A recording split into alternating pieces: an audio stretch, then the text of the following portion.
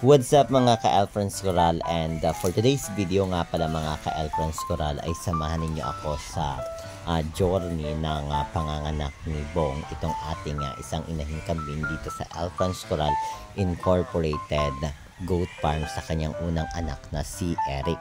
By the way mga ka-Elfriends Coral, si Bong nga pala ay hindi ito pagmamayari ng Elfriends Coral Incorporated Goat Farm, gawa ng ito ay pagmamayari ng kapatid ng ating BOD ng Building and Facility and Marketing na si Sir Isko. Ay dinala lang ito dito sa ating kambingan, gawa ng dito sa ating kambingan ay meron tayong sariling back at sa kanila ay wala silang toro. So kaya para mabigyan ng pagkakataon na ma-breed itong kanilang kambing ay dinala nila dito sa ating kambingan. So ayun nga mga ka-Elfriends Coral, pagkadala nga dito syempre after 150 days, syempre ikinarla Avellana na yan ng ating bulugan dito. So after Carla Avellana, nagbilang lang tayo ng 150 days. So ayun, nanganak na nga itong si Bong. So yun nga mga ka-Elfriends Coral, maaga pa nga today. Itong video nga itong mga ka-Elfriends Coral ay late upload na ito, gawa ng nanganak si Bong ay last week pa, Miyerkules, at hindi agad natin nagawa ng content or hindi agad natin na-edit itong video dahil may kabisibisihan nga tayo mga ka-Elfriends Coral. Ang dami nating ganap sa buhay bilang guro, bilang empleyado ng gobyerno, at the same time ay bilang BOD ng Health and Nutrition dito sa ating farm sa Elfriends Coral Incorporated. So maaga pa nga today mga ka-Elfriends Coral ay no Miyerkules ay nag-send na ng updates itong ating tagapangalaga ng ating mga kambing dito sa Elfriends Coral Incorporated Goat Farm.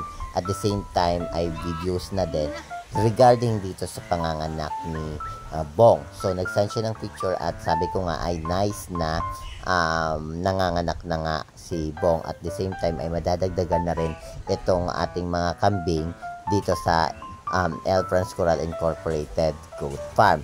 So pagkarating ko ng classroom mga ka-Elfriends Coral, dahil may klase nga ako nung umaga, ay chinek ko yung aking phone at nakita ko na nag-send ulit ng updates si Ante, at doon ko na witness na may improvement na sa panganganak itong ating inahing kambing na si Bong. So habang nananghalian ako ay pinapanood ko yung mga updates niya.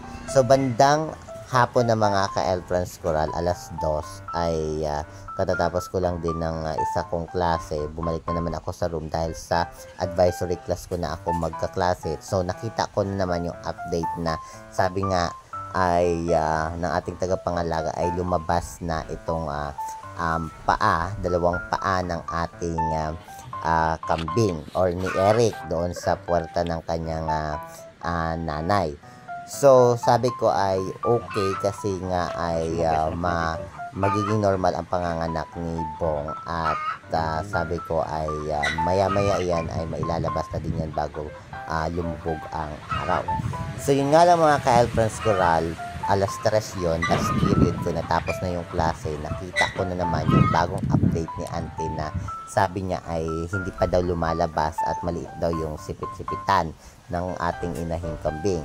So sabi ko ay tinanong ko na naman siya kung kamusta. Ayun daw ay nasa labas nga pa rin yung kanyang paa, hindi daw makalabas yung ulo. So sabi ko sa kanya ay uuwi ako mga 4:30, basta nakikita ko naman yan ay normal yan na ilalabas ni Bong ang kanyang anak. So bali pagpatak ng 4:30 mga ka-Elfriends Coral, syempre out na tayo nun. So dumiretso na tayo agad dito sa ating goat farm.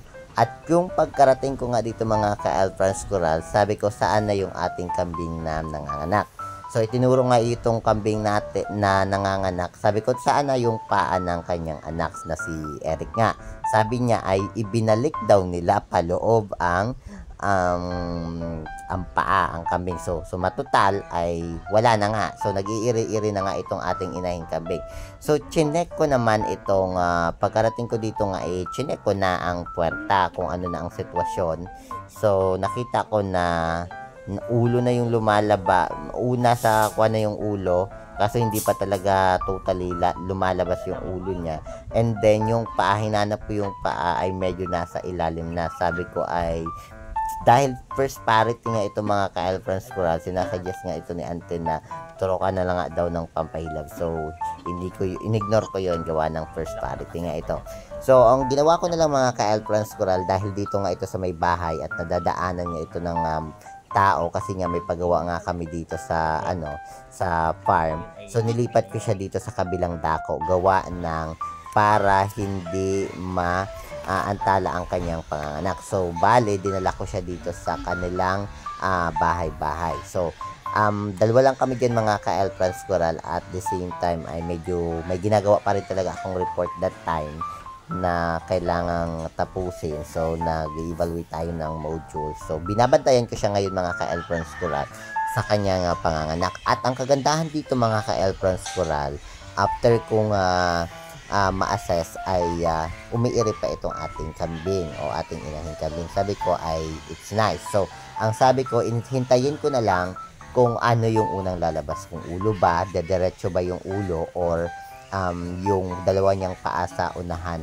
diretso. Sabi ko, kung lumabas ito, ibig sabihin magiging okay pa rin ang panganganak ng ating inahing kambing. So maya-maya nga lang mga ka-Elfrance Coral, so makalipas ang ilang paglipat niya at pagtayo niya at pag-iiri-iri niya, ay dito nga na medyo na nga lumabas yung ulo. So hinintay ko pa ng ilang sandali, at yung may pagkakataon na mga ka-Elfrance Coral na kaya niya na pinahawakan ko na siya at pwede ko na siyang tulungan utay-utay na mailabas, ay doon na ako nag-take ng action. So hindi rin naging maalwan yung aking pag-assist mga ka-Elfrance Coral. Gawa nung unang attempt ko nga mga ka-Elfrance Coral ay medyo masikip pa talaga. Gawa ng ay hindi ko pa mahawakan ng maayos. Pero iri naman ng iri itong ating inahing kambing. So pagkalipas nga ng ilang sandali mga ka-Elfrance Coral, ay medyo may improvement na nga dito sa paglabas ng ulo ng ni Eric, yung anak ni Bong. So doon nagkaroon ako ng pagkakataon na i-assess siya ng maayos. So banda-banda riyan mga ka-Elfrance Coral. So nung nakita ko nga na pwede na siyang dukutin, at nahawakan ko na nga yung isang paa niya, isang paa talaga niya lang mga ka-Elfrance Coral yung lumabas, ay wala na rin talaga akong choice, kundi dahil maliit nga talaga mga ka-Elfrance Coral itong ating inahing kambing, ay ginawan ko na talaga ng paraan para nga ito mailabas. So mahalaga na nakatayo nga itong ating inahing kambing mga ka-Elfrance Coral sa pag-a-assist na maipalabas itong ating ang kanyang anak na si Eric. So ilang sandali lang mga ka-Elfrance Coral, ay tinawag ko nga itong aking pamangkin. So ito yung anak ni Sir Isko. So nagpatulong ako sa kanya na habang hinihila ko yung si Eric palabas, ay hawakan niya yung katawan ni Bong, nang sa ganun ay maalwa natin na mailabas. And finally yun mga ka-Elfrance Coral, ay nailabas na nga natin itong si Eric, at okay naman yung paglabas niya, and happy kasi buhay pa. So halos 12 hours na siguro yan nagle-labor si Bong, at happy na buhay si Eric. So yon. And after nyan mga ka-Elfrance Coral, ay chinek ko nga ulit itong puwerta ni Bong kung mayroon pa siyang anak, and nakita ko doon talaga na wala na rin. Kinapa ko na rin yung kanyang tiyan, ay wala na rin. So matotal isa lang ang anak ni Eric. So that's it mga ka-Elfrance Coral. I hope nag-enjoy ka sa panunood ng aming video.